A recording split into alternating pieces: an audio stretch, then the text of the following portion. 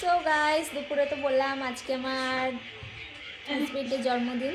তো সেই উপলক্ষে কী কী রান্না করেছি তোমাদের সাথে শেয়ার করছি। চলো কী কী রান্না করছি তোমাদের সাথে দেখানো যাক।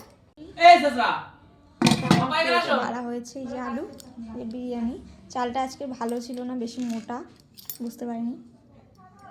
আর এখানে রয়েছে chicken fried rice, chicken mix fried rice, chicken mix fried rice. এখানে রয়েছে চিলি চিকেন, এখানে রয়েছে চিকেন কষা, এখানে রয়েছে বিরিয়ানি, আর এখানে আছে চাটনি। ও পায়েসটা চলে এসছে, এই যে এখানে পায়েস রয়েছে, এখানে পাঁপড় রয়েছে চাটনির সাথে। তো এখন আমি সার্ভ করবো আমার হাজব্যান্ডকে, তোমাদের দাদাভাইকে এখন খাবারগুলো সার্ভ করবো।